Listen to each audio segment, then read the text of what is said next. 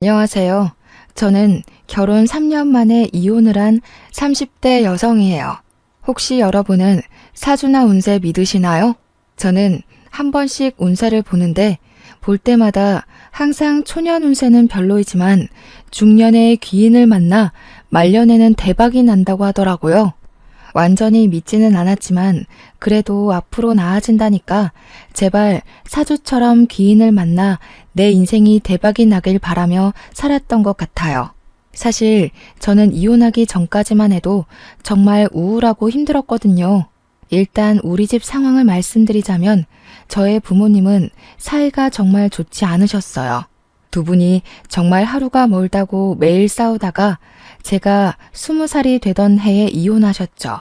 그리고 저는 엄마와 둘이서 살고 아빠는 이혼하고 얼마 되지 않아 재혼하시며 연락이 되지 않았어요. 저는 그 당시 공부하는 것을 좋아하지도 않았고 경제적으로 넉넉하지 못한 형편이라 그냥 대학을 포기하고 바로 회사에 입사했어요. 회사 생활은 힘들긴 해도 나름대로 보람도 있고 앉아서 공부만 하는 것보다는 재미있었던 것 같아요. 그렇게 재밌게 일을 하다가 회사 동료의 소개로 남편을 만났고 연애를 하고 결혼을 약속했어요. 결혼식 한 달 전 식당 주방에서 오랫동안 일하시던 엄마가 몸이 이상해서 병원에 가보니 폐암 말기라는 진단을 받으셨어요. 그리고 결혼식 2주 전에 엄마는 세상을 떠나셨어요. 그렇게 저는 엄마 없이 결혼식을 올렸답니다. 눈물의 결혼식을 마치고 허니문 베이비로 바로 아기를 가졌는데 제가 다니던 회사는 야근과 특근이 정말 많았어요. 출산 휴가도 고작 3개월이 다였고 무엇보다 워킹맘을 위한 복지가 거의 없었어요. 그래서 회사 여자 선배들은 결혼하고 임신을 함과 동시에 다들 회사를 관두더라고요. 저 역시 어쩔 수 없이 회사를 관두고 집에서 제 아이 지민이를 키우며 살고 있었어요. 시간이 흘러 아이가 2살이 되자 저는 어린이집에 지민이를 보내고 간단한 아르바이트라도 구해보려 했지만 시간이 애매해서 마땅한 일자리를 찾지 못하고 있었죠. 반면에 동서는 학교 다닐 때부터 공부도 잘했고 전교 회장도 몇 번 했다고 해요. 당연히 좋은 대학교에 대학원까지 나오고 복지가 엄청 좋은 회사에 입사하여 돈도 많이 벌고 있어요. 그래서인지 시댁에 다달이 용돈도 많이 드린다고 하더라고요. 게다가 어른들에게 말도 잘하고 싹싹해서 시댁 동네에선 최고의 며느리라는 소문이 자자해요. 무엇보다 친정도 부유하고 동서와 같은 동네에 살아서 아기가 아프거나 무슨 일이 생기면 언제든지 맡기고 출근을 할 수도 있어요. 제가 봐도 이렇게 동서가 잘났는데 시어머니는 저와 동서가 얼마나 비교되겠어요. 그래서 시어머니는 저와 동서를 항상 대놓고 차별했어요. 시댁에 일이 있어서 가면 동서에게는 일하고 왔으니 무조건 쉬라고 하시고 아이를 보며 집에 있는 제게는 너는 우리 아들 돈으로 놀고 먹으니 무조건 일하라고 하셨죠. 초겨울날이 되었어요. 저희 시댁은 날이 쌀쌀해지면 매년 김장을 하시는데 그때마다 최소 300포기씩 해요. 게다가 배추 농사도 하시니 남들은 절인 배추를 사서 김치를 담그지만 저희는 배추를 뽑고 절이고 헹구는 모든 과정을 다 직접 해왔어요. 우리 시댁은 김장 전에도 할 일이 정말 많아요. 처음에는 지민이가 너무 어리고 남편과 도련님과 동서는 출근해야 하니 아무도 도와줄 사람이 없어 시부모님 2분이 배추를 뽑고 절이고 헹구셨어요. 그런데 올해부터는 지민이가 어린이집에 가니 낮에 와서 일 좀 하라고 하시는 거예요. 저는 알겠다고 하고 시댁에 갔어요. 그렇게 3일 동안 시댁에서 하루는 배추를 뽑고 하루는 소금물에 절이고 하루는 전날에 절인 배추를 헹궜어요. 그리고 양념을 버무려야 하는 날이 되었죠. 저는 이미 3일 동안 안 하던 일을 했더니 온몸이 다 쑤시더라고요. 정말 땅에서 제 몸을 잡아당기는 느낌이라 도무지 일어나지 못하겠는 거예요. 남편도 처음에는 어서 가자고 하다가 제 상태를 보고는 그냥 혼자 가겠으니 집에서 쉬라고 하더라고요. 집에서 아이를 데리고 쉬고 있는데 시어머니한테 전화가 왔어요. 너는 그깟 배추 뽑고 절이고 헹구는 게 뭐가 그리 힘들다고 젊은 애가 몸살이 났어? 약 먹고 빨리 와. 지금 할 일이 태산인데 빨리 와서 일해. 제가 아프다고 말을 해도 오늘까지만 하면 된다며 참고 오라고 성하셨어요. 그러고는 10분마다 전화해서 계속 언제 오냐고 전화를 하시더라고요. 결국 저는 아픈 몸을 이끌고 지민이를 안고 시댁에 갔어요. 저는 솔직히 그때 시댁에 가면 김장할 준비가 되어 있고 동서네와 남편이 양념을 버무르고 있을 줄 알았거든요. 그런데 아직도 시댁 마당이 깔끔한 거예요. 왜 아직 시작도 안 했냐고 묻자 다들 저 오기만을 기다렸다며 그동안 밥 먹고 커피 마시고 TV 보고 놀고 있었대요. 심지어 동서는 회사에 일이 있다며 오지도 않았더라고요. 시어머니는 저를 보며 이제 일꾼이 왔으니 일을 시작하자고 하시더라고요.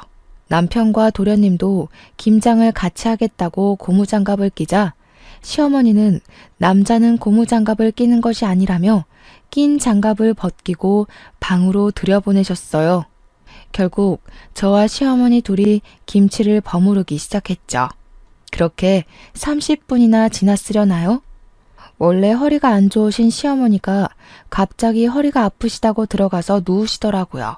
결국엔 저 혼자 그 많은 김장을 다 했어요. 김장이 어느 정도 끝나고 정리를 하려는데 그제야 동서가 회사가 이제 마쳤다며 오더라고요. 그런 동서가 얄미웠지만 그래도 회사에 다니니 어쩔 수 없겠지 하며 저의 짜증나는 마음이 보이지 않게 억지로 웃음을 지어 보였어요. 동서는 미안한 표정을 지으며 형님 혼자 고생 많으셨으니 뒷정리는 제가 하겠다고 하더라고요. 그러면서 팔을 걷어붙이자 시어머니는 여태 회사에서 일하고 왔는데 무슨 정리냐며 그냥 쉬다가 이따가 고기나 먹고 가라고 하시더라고요. 동서는 시어머니의 말씀에 씩 웃더라고요. 그러더니 제게 시어머니가 이리 말씀하시니 어쩔 수 없다며 그럼 고생마저 하시라고 하더라고요. 그러면서 저는 일하느라 힘들었으니 들어가 있겠다고 하더라고요. 그렇게 저를 약올리며 못 이기는 척 방에 들어가서 쉬더라고요. 저는 결국 김장하고 뒷정리하고 밥상까지 차렸답니다. 다 같이 밥을 다 먹어가는데 동서가 가방에서 봉투를 하나 꺼냈어요.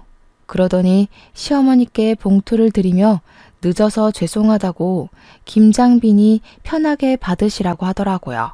아이고 이런 거 줄 필요 없는데 일단 며느리 네가 준비를 했으니 고맙게 잘 쓰마. 아, 네가 좋아하는 갈비찜 많이 해놨으니 네가 다 챙겨가거라. 첫째 며느리는 갈비찜 별로 안 좋아하지? 어머니, 저도 갈비찜 좋아하죠. 그랬냐?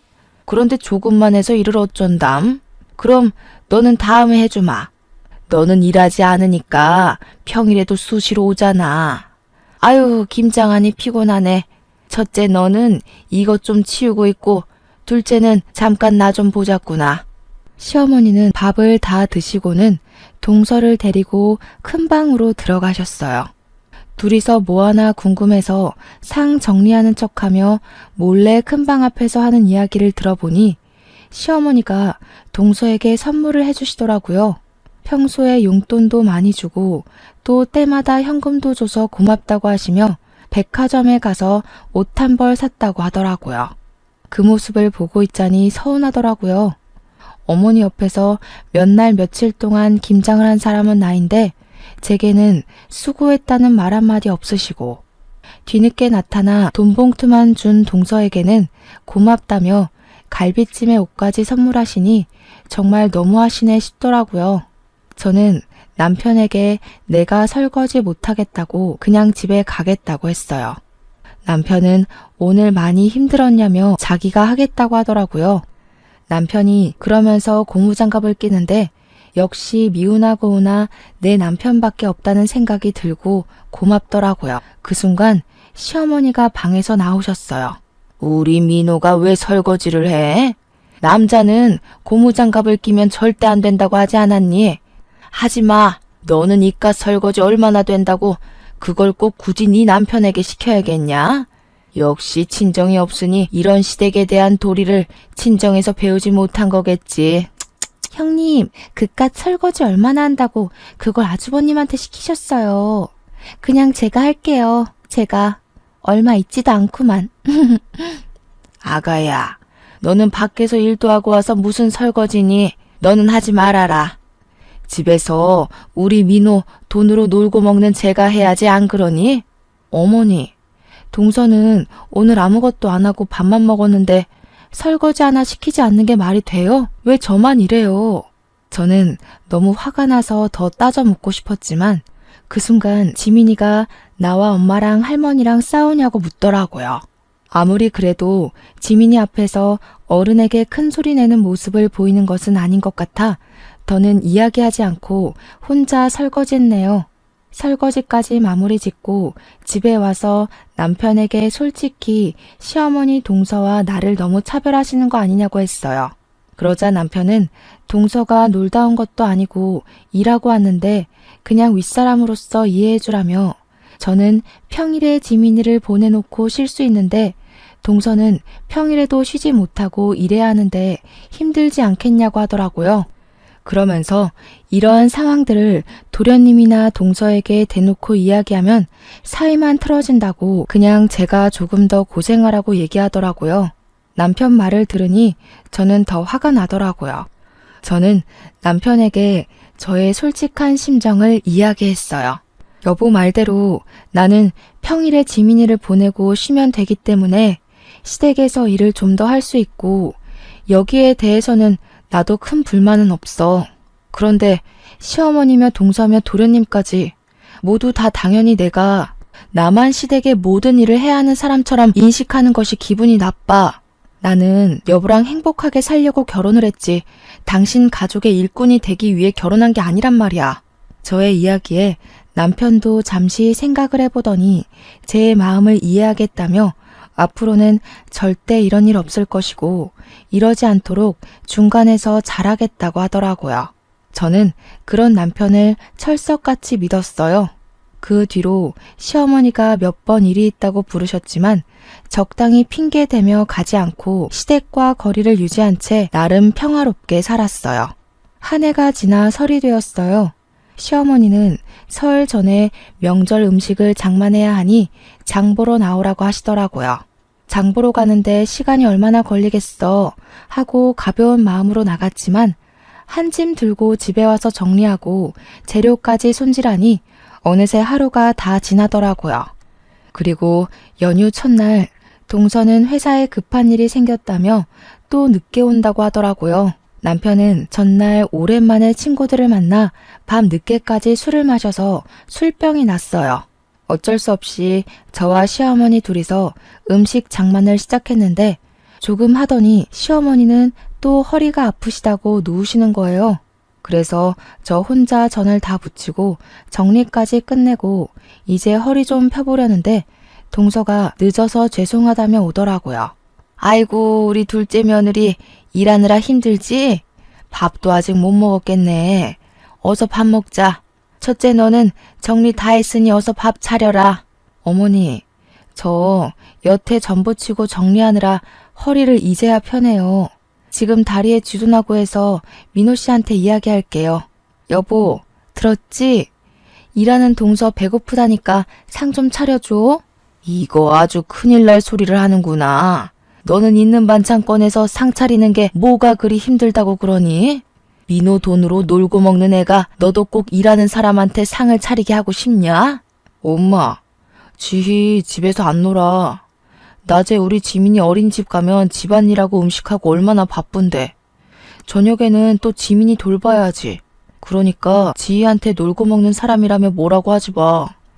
집에서 자기 아이 보는 게 무슨 일이니? 집안일하는 게 일이야? 됐다. 그냥 내가 상 차리마. 허리 아파서 허리 복대를 착용하신 시어머니가 상을 펴시고 반찬을 들고 왔다 갔다 하시는데 그 모습을 보자니 마음 편히 앉아있을 수가 없겠더라고요. 그래서 결국 저도 시어머니를 도와 상을 차렸어요. 그런데 시어머니가 밥을 푸시는데 남편과 동서, 도련님에게는 따뜻한 밥을 주시고 제게는 먹다 남은 차가운 밥을 주시는 거예요. 그래서 남편에게 내 밥은 차다고 이야기를 하니 자기가 찬밥을 먹겠다고 제 밥과 자신의 밥을 바꾸더라고요. 박간이라는 민호에게 찬밥을 왜 주니? 첫째 네가 먹어. 자고로 남자는 따뜻한 밥 먹어야지 밖에서도 일을 잘하는 거야. 어머니, 저도 어제부터 음식 장만하는 거 도와드리느라 좀 힘들어요. 저도 따뜻한 밥 먹고 싶어요. 어머, 형님, 그깟 따뜻한 밥이 뭐라고. 형님 먹는 거에 욕심이 많으신가 봐요. 저번에 갈비찜도 어머니가 저만 주셔서 기분 상해 보이시더니 그렇게 먹는 거에 욕심내면 살쪄요. 동서, 그게 할 소리야? 반대로 네가 내 상황이면 넌 기분 좋겠어? 에이, 왜들 그러셔? 엄마, 그냥 내가 찬밥 먹을게. 나 원래 뜨거운 거 잘 못 먹어서 찬밥에 국 말아 먹는 거 좋아해. 첫째, 너는 집에서 남편한테 맨날 찬밥만 주니? 얘 원래 따뜻한 밥만 먹었던 앤데 너랑 결혼하더니 왜 찬밥을 찾니? 박간이라는 남편 좀 챙겨라. 그리고 우리 둘째야, 너는 일하다 와서 힘드니 신경 쓰지 말고 어서 먹으렴. 네가 좋아하는 갈비찜 많이 해놨으니 다 챙겨가고. 하다 이제 먹을 것을 가지고 차별하시는 시어머니가 너무 미웠어요. 여기서 제가 저 찬밥을 먹는다면 저는 그냥 찬밥을 먹어도 되는, 대접해주지 않아도 되는 사람이 되는 것만 같았죠. 손님처럼 대접은 바라지도 않아요. 그냥 아들과 평생을 함께하는 반려자로 인정해 주시기만 하면 좋겠는데 시어머니는 항상 저를 대놓고 무시하셨죠. 한결같이 저를 무시해온 시어머니, 그리고 그 옆에서 약 올리는 동서의 행동에 너무 화가 난 저는 그 자리에서 일어나 찬밥을 음식물 쓰레기통에 넣어버렸어요. 그리고 집에 가려고 짐을 다 챙기고 아이를 안았어요. 너 지금 뭐 하는 짓이냐? 감히 시어미가 준 밥을 쓰레기통에 던져? 그리고 당장 내일이 설인데 짐 싸서 어디를 가는 거야? 내일 친척들 다 오시는 거 몰라? 저는 그런 시어머니의 말씀을 무시하고 제 짐을 챙기고 아이를 안고 현관문 앞으로 갔어요. 보고 배운 게 없으니 저러지. 찬밥이든 더운 밥이든 시어머니가 줬으면 그냥 감사합니다 하고 먹을 일이지. 그걸 가지고 성질은, 역시 우리 둘째 아가는 학벌도 좋고 친정도 부유하니 보고 배운 것도 많고 잘 자라서 시집 왔는데 쟤는 부모가 이혼해서 보고 배운 게 없으니 저렇게 행동한다니까. 어머니, 지금 제가 고작 밥 때문에 이러는 것 같아요? 제게만 찬밥을 주셔서 화도 났지만 정말 제가 화가 나는 것은 어머니의 차별 대우예요. 항상 어머니는 동서에게는 무조건 쉬라고 하고 제게만 어떻게 모든 일을 다 시키세요? 그래놓고 수고했다는 말 한마디라도 따뜻하게 해주신 적 있으세요? 동서는 집도 잘 살고 대학교에 대학원까지 나와서 배운 게 많아서 내가 따로 가르칠 게 없지만 너는 친정도 없고 대학도 못 나왔으니 배운 게 없잖아. 그래서 내가 가르칠 게 많아서 그래. 내 딴에는 널 딸처럼 생각해서 내 옆에 두고 하나하나 가르치려는데 그게 그렇게 불만이야? 어른으로서 가르침을 주는 것은 당연하지. 착각하지 마세요. 김장시키고 제사음식 장만하고 하는 게 가르치는 거예요? 이거는 그냥 일 시키는 거예요. 어찌되었든 저는 이 집의 노비가 아니니 동서가 저와 동등하게 같이 일을 할 때까지 당분간은 이 집에 못 오겠네요. 안녕히 계세요. 저는 이 말을 하고 아이를 데리고 나왔어요. 이대로 집에 가기는 싫었어요. 그냥 차 타고 정처 없이 갔는데 정신 차려보니 도착한 곳이 엄마를 모신 납골 땅이었어요. 명절이 되고 시어머니와 일로 기분이 울적하니 엄마가 많이 보고 싶더라고요. 엄마는 말은 하지 않으시지만 사진 속에서는 인자하게 웃으셨어요. 꼭 잘 왔다고, 너를 기다리고 있었다고 이야기해 주시는 것 같았죠. 저는 그런 엄마를 보며 엉엉 울었어요. 제가 우는 모습을 본 지민이는 처음에는 다소 당황하는 듯 하다가 저를 꼭 안아주고 토닥여 주더라고요. 꼭 지민이의 몸에 우리 엄마가 들어와 저를 안아주는 것 같아 지민이를 안고 그렇게 한참을 울었네요. 울다 보니 어느 정도 답답한 속이 후련해졌어요. 그렇게 저의 마음의 짐을 엄마에게 내려놓고 다시 집으로 갔어요. 저는 제가 그렇게 시댁에서 나와서 남편이 집에 와 있을 줄 알았어요. 그런데 집은 텅 비어 있더라고요. 남편은 명절 당일에도 오지도 않고 연락도 없었어요. 연휴 마지막 날 밤늦게서야 집에 들어오더라고요. 저를 보자마자 한다는 이야기가 너는 꼭 그 자리에서 그렇게까지 해야겠냐고 하더라고요. 나는 너네 집 노비냐? 김장할 때도 너나 시어머니는 나에게만 그 많은 일을 다 시켰어. 요새 같은 시대에 어느 집에서 배추 300포기를 담가? 그것도 며느리 혼자 말이야. 음식 장만도 나 혼자 다 했지. 그리고 내가 그렇게 하는 동안 너고 네 동생이고 날 도와준 적 있어?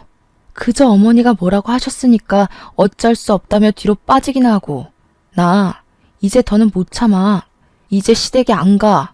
쉬지도 않고 따발총처럼 이야기하는 저의 모습을 본 남편은 고개를 저으며 방문을 쾅 닫고 들어갔어요.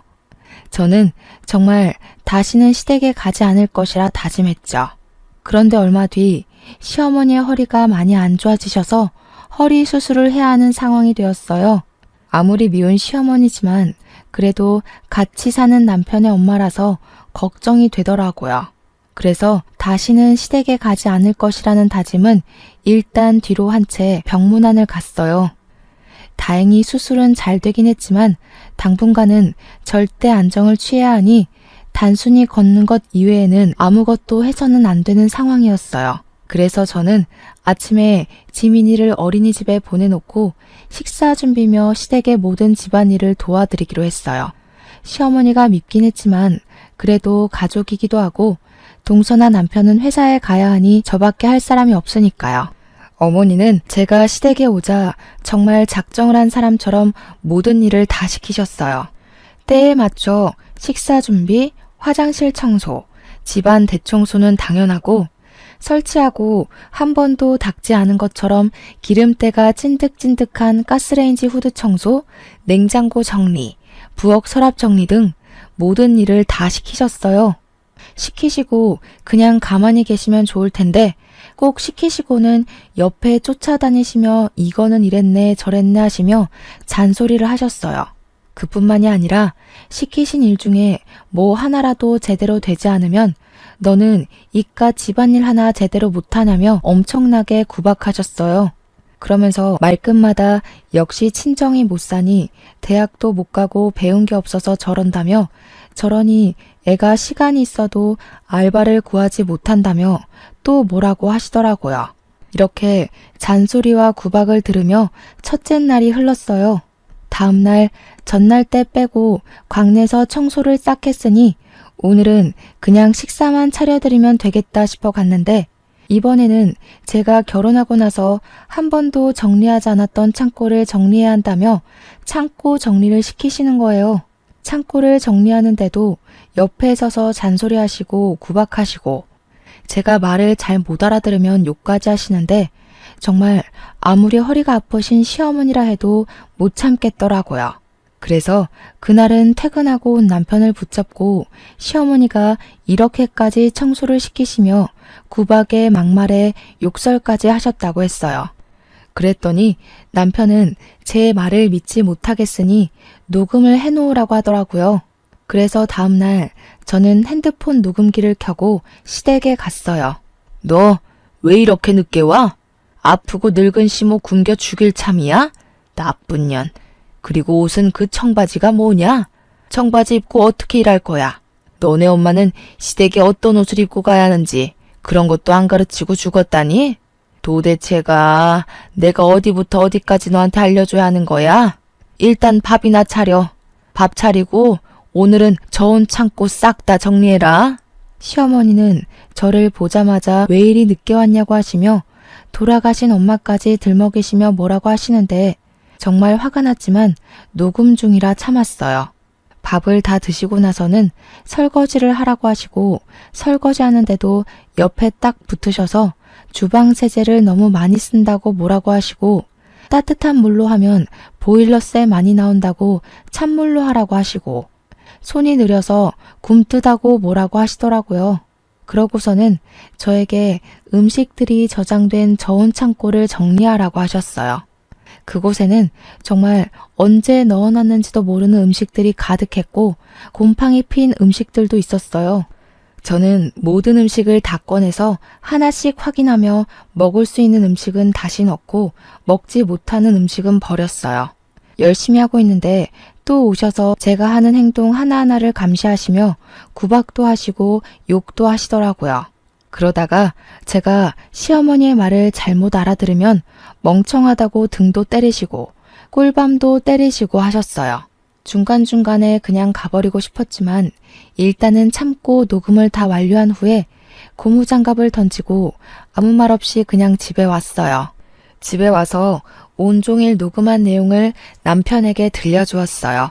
제가 인격 모독을 당하고 욕을 듣고 딱 하고 맞는 소리가 들리는데도 남편은 몸이 좋지 않으셔서 예민해져서 그런 거고 힘없는 우리 어머니가 때려봤자 얼마나 아프겠냐고 그냥 넓은 마음으로 참아달라고 하더라고요. 저는 그런 이야기를 하는 남편에게 역시 가지는 개편이라며 세상에 믿을 만한 인간 하나도 없다고 하고 방에 들어갔네요. 다음 날 3일 연속 시댁에서 일했더니 온몸이 다 아프더라고요. 지민이를 어린이집에 보내놓고 쉬고 있는데 모르는 번호로 전화가 왔어요. 받아보니 옛날에 이혼해서 연락이 끊겼던 아빠였어요. 한때는 저와 엄마는 이렇게 힘든데 아빠는 재혼했다는 소식을 듣고 미웠지만 그래도 거의 20년 만에 내 가족에게 연락이 오니 반갑고 뭔가 든든한 내 편이 생긴 것 같은 기분에 반가워서 갑자기 눈물이 나오더라고요. 그렇게 울며 서로의 근황을 물었어요. 아빠는 조그맣게 회사를 차리셔서 사장으로 있다고 하셨어요. 그런데 엄마도 돌아가셨는데 제 번호를 어떻게 알았는지 물어보니 시아버지를 통해서 알게 되었다고 하시더라고요. 저는 아빠에게 시아버지랑 어떻게 연락을 했냐고 두 분이 아는 사이냐고 물었죠. 알고 보니 아빠가 10년 정도 전에 길을 가다가 뇌출혈로 쓰러진 적이 있었는데 그때 시아버지가 빨리 아빠를 발견해서 사실 수 있었다고 해요. 그 후 몸을 회복하신 아빠와 시아버지가 연락을 주고받고 지내셨대요. 그러면서 서로가 무슨 일을 하는지도 자연스레 알게 되셨는데 그 당시 시아버지는 사업이 잘 되지 않아서 회사가 거의 망하기 직전이었고 아빠는 동종업계에서 사업이 잘 돼서 돈도 많았고 좋은 거래처도 많이 알고 있었어요. 그래서 아빠가 자신의 목숨을 구한 은인이시라며 시아버지를 여러모로 많이 도와주셨다고 해요. 그때 인연이 지금까지 연결되어 지금은 호영호재하면서 지내는 사이라고 하더라고요. 얼마 전에는 두 분이 만나 술을 한 잔 드셨대요. 술에 취하신 시아버지가 첫째 며느리 이야기를 하셨는데 나는 첫째 며느리가 너무 예쁜데 자기 마누라는 부모님이 이혼하고 엄마는 돌아가시고 아빠는 재혼해서 연락도 안 되니 마땅한 친정이 없다며 시집살이를 그렇게 시킨다고 하셨대요. 도와주고 싶어도 자신은 회사에 나와봐야 하니 딱히 도울 수도 없고 그저 마누라한테 그렇게까지 미워하지 말라고 말하는 것이 전부인 이 상황이 답답하다면서요. 그러면서 시아버지가 아빠에게 첫째 며느리라며 사진을 보여주셨는데 제 사진이었대요. 아빠는 이 이야기를 하시며 엄마와 이혼한 후 매정하게 연락을 끊어서 네가 이렇게 힘들게 살게 된 것 같다며 미안하고 그동안 정말 고생 많았다고 하셨어요. 그러면서 제가 시집살이가 너무 힘들어서 이혼하고 싶다고 한다면 집과 일자리 정도는 마련해 줄 수 있으니 괜히 눈치 보며 살지 말라고 하시더라고요. 그래서 제가 그동안 시어머니의 막말, 무조건 시댁 편인 남편, 그리고 여우 같은 동서 때문에 갈라서고 싶은 적이 많았는데 지민이도 있고 경제적인 여건 때문에 억울해도 그냥 참고 살았다고 했죠. 그랬더니 아빠는 일단 사돈에게 인사를 해야겠다며 인사하러 갈 수 있게 날짜 좀 잡아달라고 하시더라고요. 저는 사실 얼마 전에 시부모님이 하도 저를 구박하시고 무시하셔서 한바탕 하고 영 끊었다고 했어요. 아빠는 그래도 사돈한테 인사는 드려야 하는 것이 도리니 꼭 날짜를 잡아서 알려달라고 하셨어요.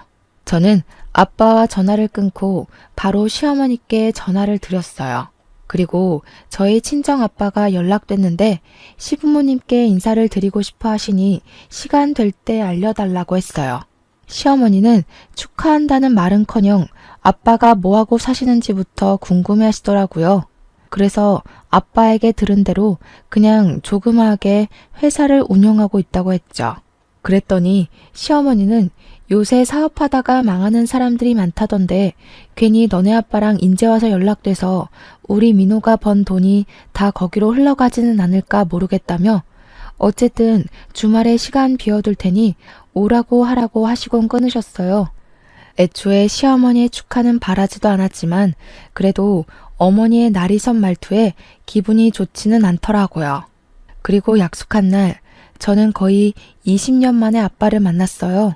제 기억 속의 아빠는 주름살이 하나 없고 머리숱도 많았는데 그날 본 아빠는 주름살도 자글자글하고 머리카락도 거의 없으셨어요. 저는 변해버린 아빠의 모습이 반갑기도 하고 그런 아빠의 손을 오랜만에 잡고 함께 시댁으로 향했어요. 시댁에는 동선의 부부도 있었어요. 아빠는 준비하신 과일 바구니를 건네시며 지희의 아빠 되는 사람이라고 하며 허리를 90도로 굽혀 인사하시더라고요.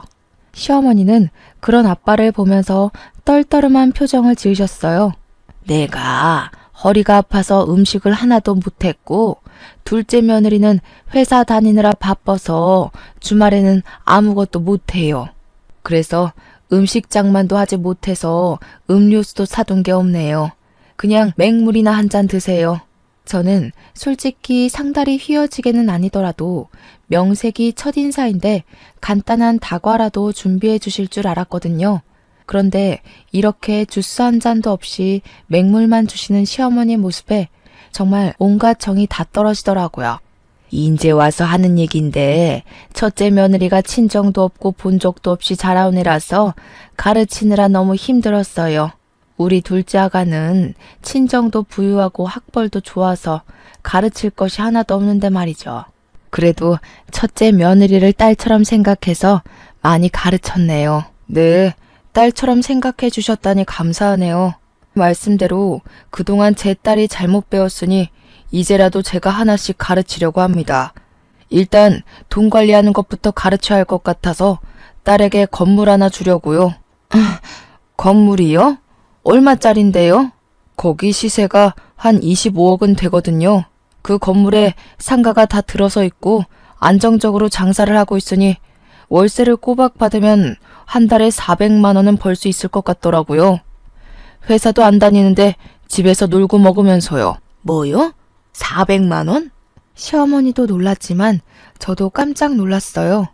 순식간에 저는 조물주보다 높다는 건물주가 되어 매달 한 달 월급만큼의 돈을 받게 된다는데 이게 쉽게 믿어질 리가 없잖아요.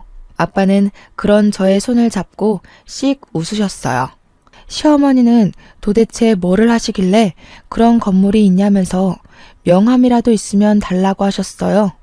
아빠가 명함을 건네자 시어머니는 아빠의 명함을 받고는 요즘 사업이 잘 안 되냐며 은근히 비꼬는 말투로 말씀하셨죠.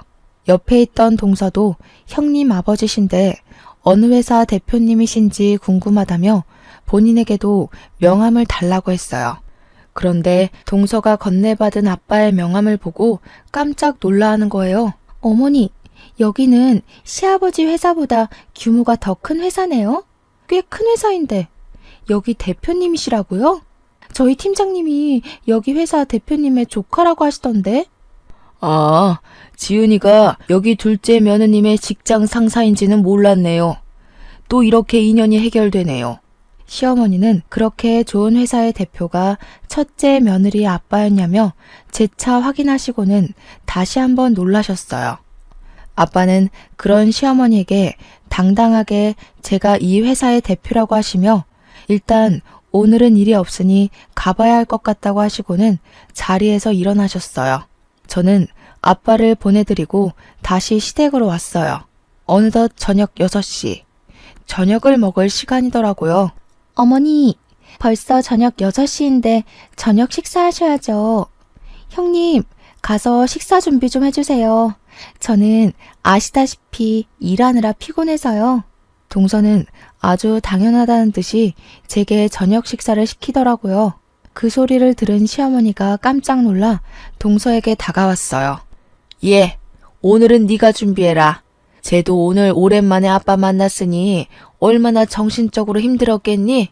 저는 그래도 회사에서 일하는데 오늘 하루는 푹 쉬어야죠. 형님은 집에서 노시는데? 쉬긴 뭘 쉬니? 젊어서 고생은 사서도 한다고 했다. 네가 밥 차리고 첫째 아가는 잠깐 나 좀 보자. 할 말이 있다. 시어머니는 저를 부르실 때 야 아니면 첫째 너라고 하셨어요. 그런데 돈 많은 아빠가 왔다 가시자 저에게 결혼 후 처음으로 첫째 아가라고 부르시며 저를 큰 방으로 데리고 가시더라고요. 아가, 내가 그동안 너한테 섭섭하게 한 것이 있다면 미안하다. 나는 그냥 친정도 없는 네가 어디 나가서 혹시라도 무시당할까봐 다 네가 잘 되길 바라는 마음에서 그렇게 한 것이니 이해해 주려무나. 그리고 다른 친구들은 다른 며느리한테 한 달에 100만 원씩은 받고 산다던데 나는 한 달에 50만 원 정도는 내 용돈으로 줄 순 없겠니? 병원비도 있고 생활비도 있고 조금 힘들어서 말이야. 이제 동서보다 제가 돈을 더 잘 벌게 생겼으니 어머니 상황이 역전되셨네요. 아가야, 무슨 말을 그리 서운하게 하니? 그런 게 아니라 그냥 서로 돕고 살자는 거지. 어머니는 저 혼자 김치 300포기 담그고 명절 음식 준비할 때 한 번이라도 도와주신 적 있으셨어요? 허리가 아프시지 직접 도와주시지는 못해도 누구한테 힘들 테니 도와주라고 한 적 있으셨나요? 그러기는커녕 아무 일 못하게 하시고 저 혼자만 일 다 시켜놓고는 인제 와서 서로 돕고 도와주는 척 하시는 건가요? 시어머니는 저의 말에 아무 대답도 못하고 그저 당황해만 하셨어요. 어머니, 저는 어머니의 말씀대로 본 것도 없이 자라서 서로 도우며 사는 거 뭔지 잘 모르겠네요. 저는 이 말을 남기고 거실로 나갔어요. 부엌에 가보니 동서는 입술이 삐죽 나와서 저녁 준비를 하고 있더라고요. 저는 그동안 얄밉게 말하는 동서에게도 한마디 했어요. 동서, 아직도 그것밖에 못 차렸어? 빨리빨리 움직여. 이러다가 내일 밥 먹겠어. 하긴 뭐 네가 회사를 한답시고 집안일을 해봤어야 알지. 형님, 지금 돈 많은 아빠 있다고 유세 떠는 거예요? 너도 그동안 회사 다녀서 돈 번다고 유세 부렸는데 나는 그러면 안 된다니? 그리고 어머니, 용돈은요? 용돈은 학벌 좋고 친정도 부유한 동서한테 받으세요. 전 이혼하겠습니다. 더는 이 집에 노비처럼 못 살겠어요. 노비라니. 나는 너를 맹세코 단 한 번도 그리 생각한 적 없다. 정말 딸처럼 생각했어. 딸처럼 생각하셔서 찬밥 주시고 먹는 거로 차별하시고 맨날 저에게만 그렇게 일을 시키셨어요. 무슨 말이 안 되는 소리를 하셔야죠. 저희 갈라서겠습니다. 여보, 왜 그래? 그게 무슨 소리야? 이혼이라니. 우리 다시 잘해보자. 이제 장인어른도 계시고 혼자 어디를 가려고. 장인어른? 너 이제 이혼해서 마누라도 없는데 네가 장인어른이 어딨니? 그리고 내가 우리 아이 챙겨서 갈 거야. 나갈 때 있으니까 내 걱정은 말고. 저는 그렇게 지민이를 안고 그 집을 나왔어요. 남편과 시어머니는 갑작스러운 저의 이혼 선언에 황당해하며 저를 붙잡았지만 이미 마음이 확고해진 저는 미련 없이 그 집을 떠났어요. 그리고 아빠가 마련해 주신 새로운 보금자리로 갔어요. 다음 날 저는 근처 신경정신과에서 시댁의 스트레스로 인해 정신적인 피해를 보았다는 처방전을 끊었어요. 그리고 이혼 서류를 작성해서 처방전과 함께 시댁에 퀵으로 보냈죠. 잠시 후 시어머니한테 전화가 오더라고요. 무슨 이혼 서류야? 정말 이혼할 거야? 네, 어머니. 저 이제 그 집에서 더는 노비 생활 못해요. 이혼하겠어요. 이제 둘째한테도 일 시키고 할게. 우리 아들들한테도 일 시킬게. 그러니까 제발 마음 풀고 같이 살자. 저 지민이는 혼자 어떻게 키우려고 그래. 제 걱정하는 척 하지 마세요. 제가 알아서 아주 멋지게 잘 키울 거예요. 어머니가 이렇게 부탁하셔도 저는 이미 마음 정했고 이혼할 겁니다, 반드시. 그깟 일 조금 시켰다고 이혼이 어디 쉽게 될 것 같아? 어머니 허리 아프셨을 때 막말하셨던 거 제가 다 녹음했고요. 지금 병원에서 시댁 스트레스로 인해 정신적으로 피해받았다는 내용의 처방전까지 받았어요. 그리고 아빠 회사에 법무팀 팀장님과 친한 변호사가 이혼소송 전문 변호사래요. 그래서 이혼해주지 않으시면 그곳에서 이혼소송 진행하려고요. 시어머니는 저의 확고한 대답에 살아생전 너같이 독한 년은 처음이라며 온갖 욕설을 퍼붓고는 끊으셨어요. 이어서 남편에게도 전화가 오더라고요. 네가 원한다면 나 우리 가족과 영 끊고 살게. 그러니 제발 이혼은 하지 말자. 같이 살자. 너 내가 그렇게 시댁에서 호되게 당할 때 너는 항상 너네 엄마 도련님 동서 편만 들었어. 그런 네가 잘도 그러겠다. 됐고 이제 이혼이야. 차마 행복하게 잘 살라는 말은 못 해주겠다. 이혼 서류 잘 작성해서 내일 법원 앞으로 와라. 안 오면 소송할 거야. 저는 이렇게 남편과 이혼을 했어요. 이혼 후 저는 지민이와 함께 살며 아빠의 회사에 취직했어요. 아빠의 회사는 원래 블라인드 면접으로 사람을 채용하는 곳이라 제 학벌이 낮아도 전혀 문제가 되지 않았어요. 게다가 회사의 복지가 정말 좋아서 사내 어린이집이 정말 잘 되어 있더라고요. 제가 퇴근할 때까지 마음 놓고 지민이를 맡길 수가 있었죠. 저는 지금도 충분히 행복했고 아빠라는 존재가 있는 것 자체만으로도 너무 감사했어요. 그래도 아빠는 유일한 핏줄인 제게 회사를 물려주고 싶다면서 공부를 하라고 하시더라고요. 아빠의 강권에 다시 공부도 시작했어요. 워낙 공부에 재능이 없던 저이지만 그동안 학벌이 낮다고 무시하던 전 시모의 얼굴을 생각하며 내가 꼭 잘 돼서 복수한다는 마음으로 눈에 불을 켜고 공부하고 있네요. 결혼 후 제게 전혀 도움이 되지 않는 사람이라 여겼는데 이렇게 제게 도움을 주기는 하네요.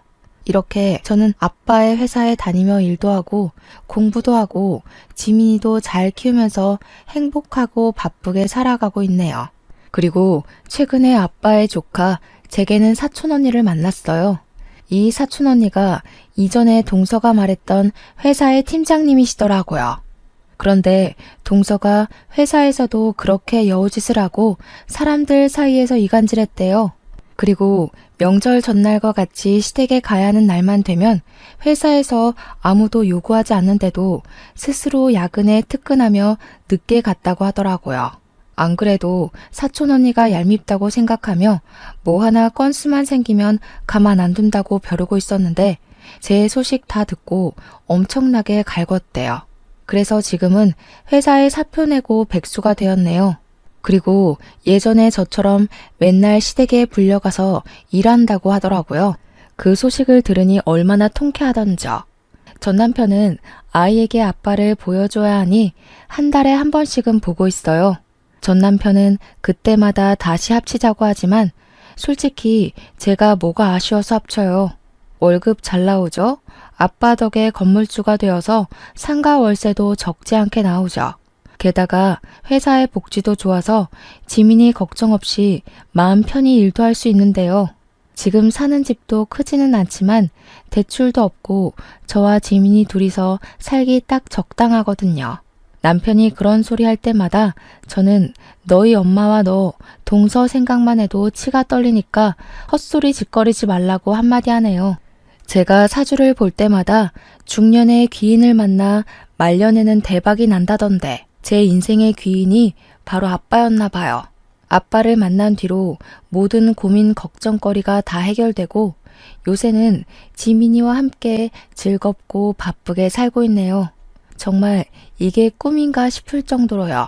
지나온 날들을 돌이켜보면 결혼 전에도 결혼 후에도 정말 많이 힘들었던 것 같아요. 그래도 귀인을 만나 이제는 행복에 이르렀으니 이 행복이 쉽게 꺼지지 않고 평생 유지될 수 있도록 노력하며 살아야겠다는 생각이 드네요. 그래서 먼 훗날 하늘나라에서 가서 보고 싶은 우리 엄마를 보면 나 이렇게나 잘 살아왔다고 자랑할 수 있는 당찬 딸이 되고 싶네요. 저의 긴 사연 들어주셔서 감사합니다. 모두 행복하세요.